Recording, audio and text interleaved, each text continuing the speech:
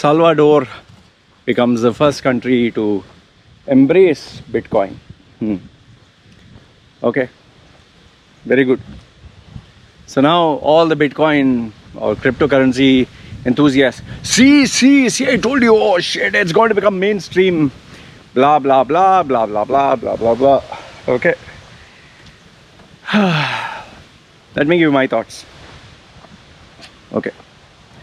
Now, let's be honest here. Let's be honest.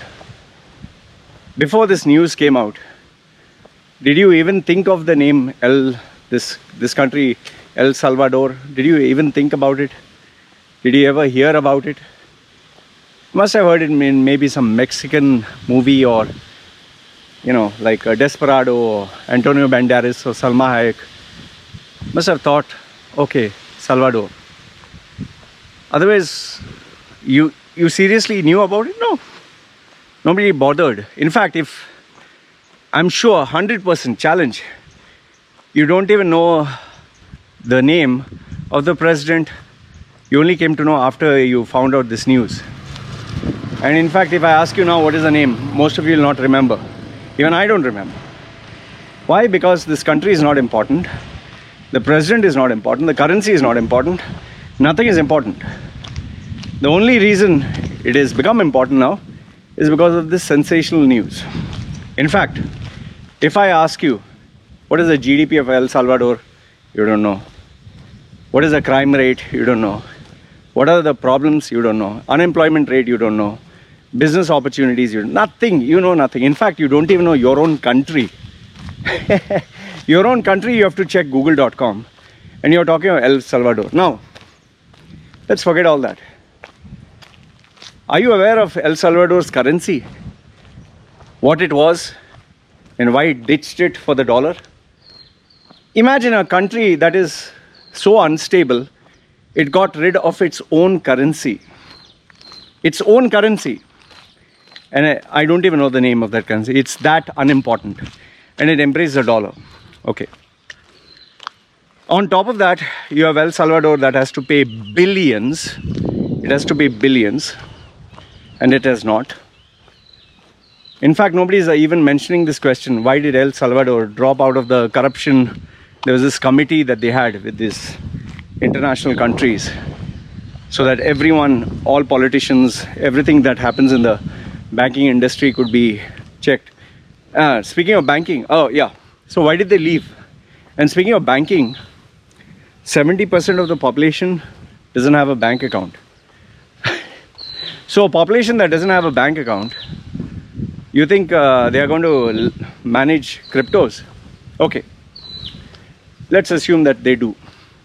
I'll give you a simple example, simple, common sense. I want to buy eggs for food, okay? Think I want to buy eggs. So I start using this crypto, whatever crypto they allow. So today, this Bitcoin, crypto, whatever, one Bitcoin, one egg, for the purpose of making it easy. So I buy today, one crypto, one egg. Next day I come, one crypto, one egg. But now, after a few days, I find out the cryptocurrency or the Bitcoin value is become 10 times more now. So now, because the value is 10 times more, one Bitcoin will give me, or one crypto will give me 10 eggs. Before it was one egg, now it'll give me 10 eggs. After a few days, I find out the Bitcoin value is become now 30. So one Bitcoin now will give me 30 eggs. Okay. Now I've just given you after a few days. If you know anything about cryptos, at least basic, cryptocurrency, the value changes every minute or every second. Just changes. Imagine the cartoonish experience. You tell this, I want to buy the egg. How much? 1 Bitcoin. Okay. You're about to pay. Wait. Sorry, it's not 1 Bitcoin. It's 2 Bitcoin. Then you take out 2 Bitcoin. Oh, wait. Sorry. No. Now you can get 4 eggs with 1 Bitcoin. Yeah, because the price is now become more. there's nothing stable, you do not know whether you'll get more or less. Now, I give you only an example where you can buy 1 egg with 1 Bitcoin. Then the value becomes 10, you can buy 10 eggs with 1 Bitcoin. Then third day it's 30, so you can buy 30 eggs with 1 Bitcoin. But now imagine the reverse. If you could get 30 eggs with 1 Bitcoin, and tomorrow the value is become half, you'll get 15. And tomorrow the value goes even less, you'll get 7. So now the money that you have in your hand, the value is up, down, up, down, up, down. The value is never stable. Can you imagine how difficult it is to analyze? If you say, like today, if I say I have $100,000 in my bank account, $100,000 is $100,000. It's not going to change. But now if I have 100 Bitcoins, which are valued at $100,000, but the value drops by half, and now that value is $50,000 and it drops again, now it's 20. So every day my bank account value is 100,000, 50,000, 20,000, 30. So what am I? I mean, how can you buy and sell anything when the value is every day changing? Like for example, think this land, this full land, I want to buy. One guy says 50 Bitcoin. He agrees with me today.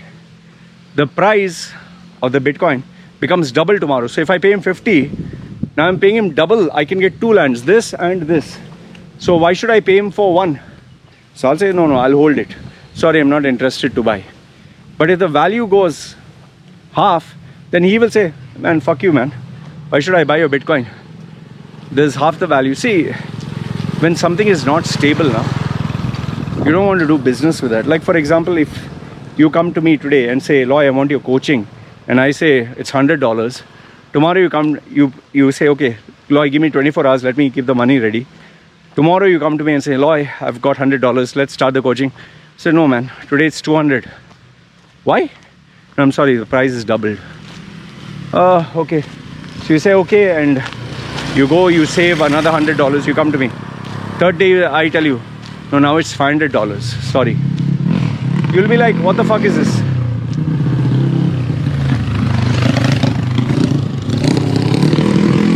What a big noise. Very big noise, very slow moving motorcycle. You always notice smaller motorcycles make bigger noise. Slow cars make always the biggest. Anyway, so what I'm trying to tell you is Salvador making this crypto legal tender. I had to even search what is legal tender. Means they are making it official currency.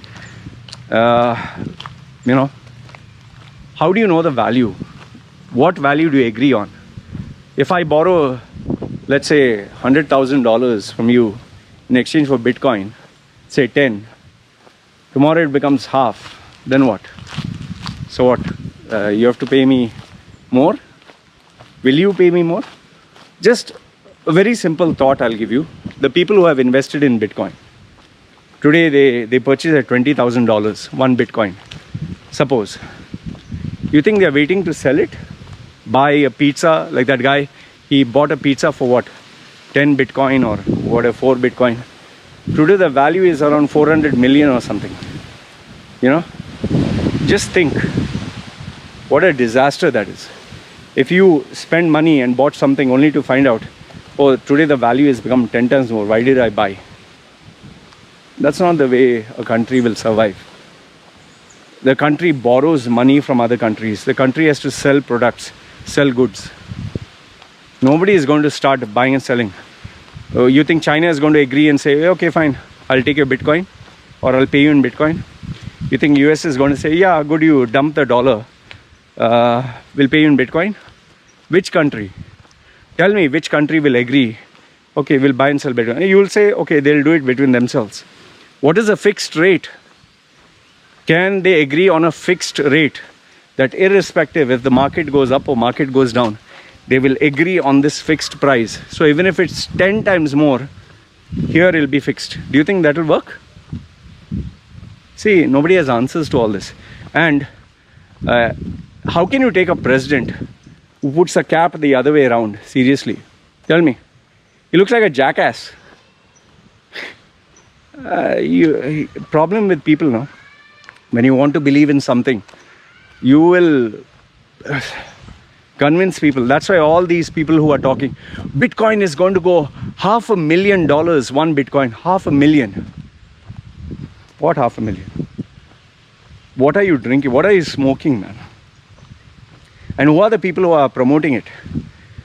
Only people who are promoting are the ones who run a business that is depending on bitcoins, who have to survive based on you buying bitcoins, or who are hoping that you're the next fool who will buy from them.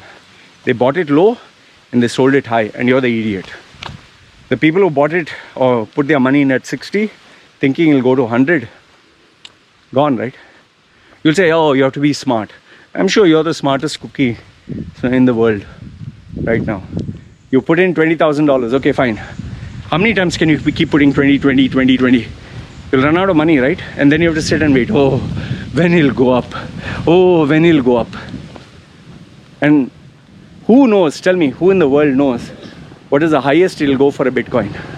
Who can accurately predict how much is the amount and when? Nobody can, right? So, bottom line is, this El Salvador thing is bullshit. For a country that cannot run itself, that has so much of corruption, where so much of poverty, so many problems, unstable economy, unstable currency, Bitcoin is not the solution, it's a gimmick. And the only people who will benefit is this president and his goons at the top. I'm pretty sure they have a big fat share in whatever is happening, whether it's that app which is being downloaded or the wallet. Just watch. People's passwords will get compromised, they will lose their bitcoins, they will lose their money, and then Bitcoin, these same enthusiasts will say, oh no, you're taking an exception to the rule. Nonsense here. This is just a quick get rich scheme from people who want to make money easy and want to believe in their bullshit. Work hard the normal way. Yes, blockchain technology is the future, but right now it's not going to happen anytime soon, and absolutely no way privately held cryptocurrencies can overthrow the governments of all the world, and especially the banking industry. Anyway, you tell me if I'm right or wrong. Okay, love to hear your thoughts. This is me signing off. Ciao.